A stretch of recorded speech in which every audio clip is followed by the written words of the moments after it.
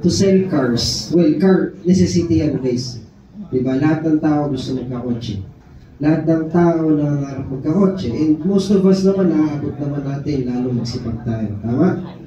Well, necessity ang kotse. It's part of transportation.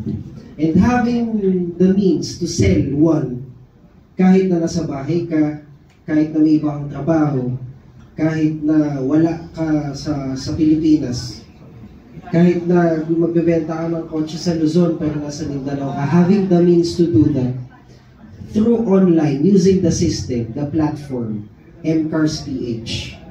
Gagamitin mo lang yan, you'll have the opportunity to do those things and to earn. And in just one dashboard, meron ka ng agent dashboard, nandun na lahat papasok yung commission mo, and you'll really earn a living. And yun talaga yung pinaka-main purpose ni MCARS, kaya niya ginawa to. Boss Jet invested a lot for this. And now, ang gusto na lang natin is maibigay na siya sa mga Pilipino. Yun lang.